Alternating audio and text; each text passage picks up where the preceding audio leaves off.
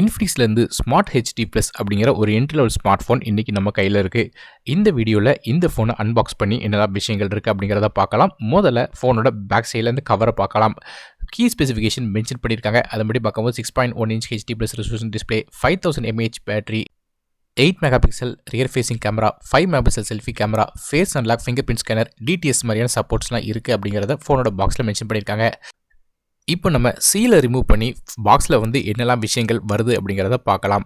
So சீலை remove பண்ணதுக்கப்புறம் முதல்ல ஃபோனை ஓப்பன் பண்ண உடனே நமக்கு முதல்ல வர விஷயம் இன்ஃபினிக்ஸோட smart HD plus smart phone தான். நம்மக்கிட்ட டோபஸ் ப்ளூ அப்படிங்கிற இந்த கலர் இருக்குது. இது இப்போ குவாட்ஸ் கிரீன், ஒப்சிடியன் பிளாக்ங்கிற மாதிரி கலர் வேரியன்ஸ் வருது. இப்போ பாக்ஸில் என்னெல்லாம் கண்டென்ட்ஸ் இருக்குன்னு பார்க்கும்போது முதல்ல நார்மலாக ஒரு 5 வாட் சார்ஜர் கொடுக்குறாங்க. ஸோ இந்த சார்ஜரால் ரொம்ப ஸ்லோவாக தான் சார்ஜ் பண்ண முடியும், ஃபாஸ்ட் சார்ஜிங் சப்போர்ட் கிடையாது. மேலும் இந்த ஃபோனில் சார்ஜ் பண்ணுறதுக்கு நமக்கு மைக்ரோ யூஎஸ்பி கேபிள் கொடுத்துருக்காங்க. ஸோ டைப் சி கிடையாது, மைக்ரோ யூஎஸ்பி தான் இருக்குது. அது போக அடிஷனலாக இந்த ஃபோனில் பேக் சைடில் நமக்கு கேஸ் கொடுத்துருக்காங்க. இந்த கேஸ் சாஃப்ட் டிபியூ கேஸ் கிடையாது, அதுபோல் பாலிஸ்டர் கிளாஸ் கொடுத்துருக்காங்க. இது போக ரெகுலரான பேப்பர் ஒர்க்ஸ் இருக்குது. மேலும் ஸ்க்ரீன் ப்ரொடெக்ஷனுக்காக நமக்கு நார்மலான ஒரு ஸ்க்ரீன் ப்ரொடெக்டும் கொடுக்குறாங்க. டெம்பர் கிளாஸ் கிடையாது, நார்மலான கிளாஸ் தான்.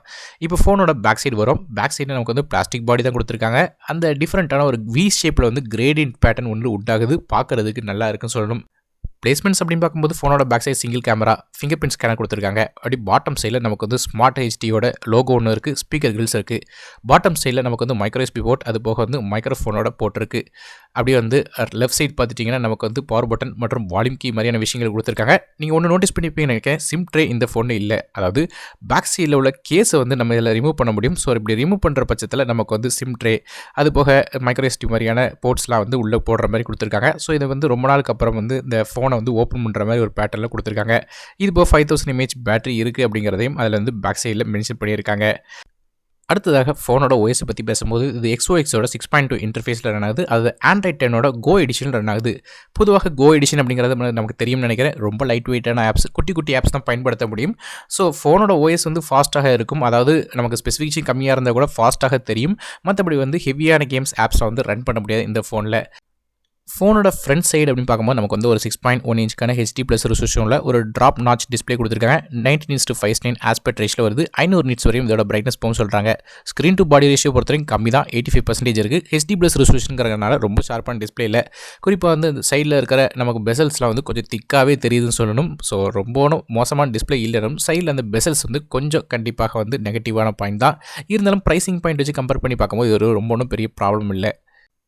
அடுத்ததாக பெர்ஃபார்மன்ஸ் அப்படின்னு பார்க்கும்போது இந்த ஃபோனில் நமக்கு மீடியாடெக்கோட ஹீலியோ A20 அப்படிங்கிற ஒரு என்ட்ரி லெவல் சிப்செட் கொடுத்துருக்காங்க. இது 12 nm ப்ராசராக வருது. நமக்கு மேக்ஸிமம் கிளாக் ஸ்பீட் 1.8 GHz வரையும் போகுது. கிராஃபிக்ஸ்க்காக IMG G8300 அப்படிங்கிற GPU கொடுத்துருக்காங்க. மேலும் இந்த ஃபோன் 2GB RAM, 32GB அப்படிங்கிற ஒரே ஒரு ஸ்டோரேஜில் வருது. ஸோ ரேம் கம்மியாக இருந்தாலும் ஒன்றும் பிரச்சனை இல்லை, ஃபோன் லேக் ஆகலை. காரணம் இது ஆண்ட்ராய்ட் கோ எடிஷன் ரன் பண்ணுறதுனால எந்த விதமான பிரச்சனையும் இல்லாமல் OS ரன் ஆச்சு. அது மட்டும் இல்லாமல் நான் ஏற்கனவே சொன்ன மாதிரி இதில் பேக் சைடில் சிம் ட்ரேயும் இருக்குது. டியூல் சிம் போட்டுக்கலாம், ப்ளஸ் மைக்ரோ எஸ்டிஎம் போடலாம். ஸோ டெடிகேட்டடாக நமக்கு ஸ்லாட் தனித்தனியாக கொடுத்துருக்காங்க. மைக்ரோ எஸ்டி கார்ட்ஸை பொறுத்தவரையும் நமக்கு 2GB வரையும் எக்ஸ்டெண்டபிள் பண்ணுற மாதிரி ஆப்ஷன்ஸ் இதில் கொடுக்குறாங்க.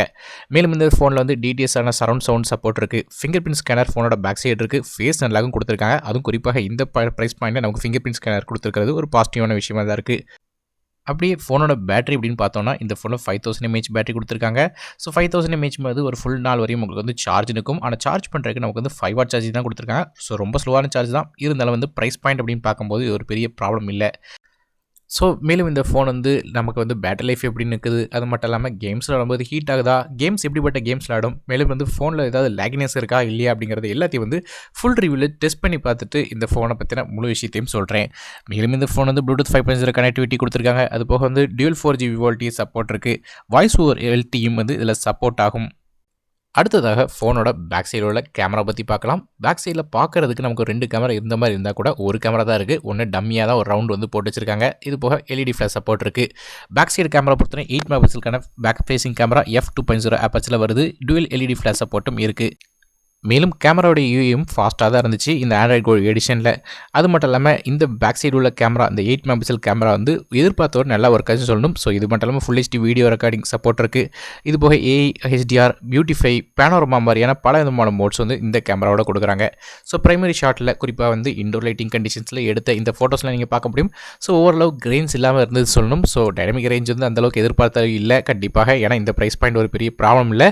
மற்றபடி வந்து நமக்கு நார்மலான ஷார்ட்ஸ் வந்து இந்த பேக் சைடில் உள்ள கேமராவோட எடுக்க முடியும். அப்படியே ஃபோனோட ஃப்ரண்ட் சைட் பார்த்துட்டிங்கன்னா நமக்கு வந்து ஒரு 5 மெகாபிக்சலுக்கான செல்ஃபி கேமரா கொடுத்துருக்காங்க. f2.0 ஆப்பர்ச்சரில் வருது. இதுலேயுமே ஏஹெச்டிஆர், பியூட்டிஃபை, ஒயிட் செல்ஃபி, போர்ட்ரைட் மாதிரியான ஷார்ட்ஸ் வந்து கொடுக்குறாங்க. ஸோ ஓவராலாக ஃபுல் ஹெச்டி ப்ளஸ் ரெக்கார்டிங் வந்து நமக்கு வந்து செல்ஃபி கேமராவாலும் பண்ண முடியும். ஸோ இது வந்து ஆண்ட்ராய்ட் கோ எடிஷனுக்கு ஓரளவு நல்ல ஆப்ஷனாக தான் இருக்குது. ஸோ குறை சொல்கிற அளவுக்கு இல்லை. குறிப்பாக இன்ஃபினிக்ஸ் வந்து இது ஆன்லைன் கிளாஸஸ் மாதிரியான பயன்படுத்துகிற ஸ்டூடெண்ட்ஸுக்காக வந்து உண்டாக்கிறதுக்காக சொல்கிறாங்க. அப்படி பார்க்கும்போது 5000 mAh பேட்டரி வந்து ஒரு நல்ல அமௌண்ட் தான். ஆனால் வந்து என்ன விஷயம் கேட்டிங்கன்னா சார்ஜிங் ஸ்பீட் கொஞ்சம் கம்மியாக இருக்குது. ஸோ ஃபுல் சார்ஜிங்கில் டெஸ்ட் பண்ணி பார்த்துட்டு வந்து இது வந்து ஃபுல்லாக ஆன்லைன் கிளாஸுக்கு நிற்குமா இல்லையா அப்படிங்கிறத ஃபுல் ரிவ்யூவில் சொல்கிறேன். கடைசியாக இந்த ஃபோனோட விலையை பொறுத்தவரையும் இந்த ஃபோன் வந்து இன்ஃபினிக்ஸோட ஸ்மார்ட் ஹெச்டி ப்ளஸ் 5999 அப்படிங்கிற விலையில் வந்து ஃப்ளிப்கார்ட் வெப்சைட்டில் எப்படி விற்கிறாங்க. ஸோ 5999 அதாவது 6000 ரூபா அப்படிங்கிற ப்ரைஸிங் வந்து ஒரு நல்ல ப்ரைஸிங் தான் சொல்லணும். ஸோ குறிப்பாக இது ஆண்ட்ராய்ட் கோ எடிஷன் அப்படிங்கிறதுனால இது கம்மியான விலைக்கு வந்து இன்ஃபினிக்ஸால் எடுத்து கொண்டு வர முடிஞ்சிச்சு. மற்றபடி பேசிக்கான சென்சர்ஸ் தான் இருக்குது தவிர ரொம்ப எக்ஸ்டெண்டடான ஆண்ட்ராய்டு யூஸராக இருந்தால் உங்களுக்கு இது செட் ஆகாது. மற்றபடி லைட் வெயிட் ஆப்ஸ்லாம் வந்து யூஸ் பண்ணலாம். ஸோ ஓவராலாக இந்த ஃபோனை டெஸ்ட் பண்ணி பார்த்துட்டு இந்த ஃபோனை பற்றின முழு விமர்சனத்தை நம்ம சேனலில் போஸ்ட் பண்ணுறேன். அதனால் மறக்காமல் சேனலை சப்ஸ்கிரைப் பண்ணி வச்சுக்கோங்க. வீடியோ பயனுள்ள மறக்காமல் லைக் பண்ணுங்கள், ஃப்ரெண்ட்ஸ் மற்றும் ஃபேமிலிஸ்க்கு ஷேர் பண்ணுங்கள். சேனல் சப்ஸ்கிரைப் பண்ணி பக்கம் பெல் ஐக்கனை ப்ரெஸ் பண்ணி தொடர்ந்து உங்கள் நான் டெக் தமிழுக்காக மற்ற வெளியே இதுவரை நன்றி, வணக்கம்.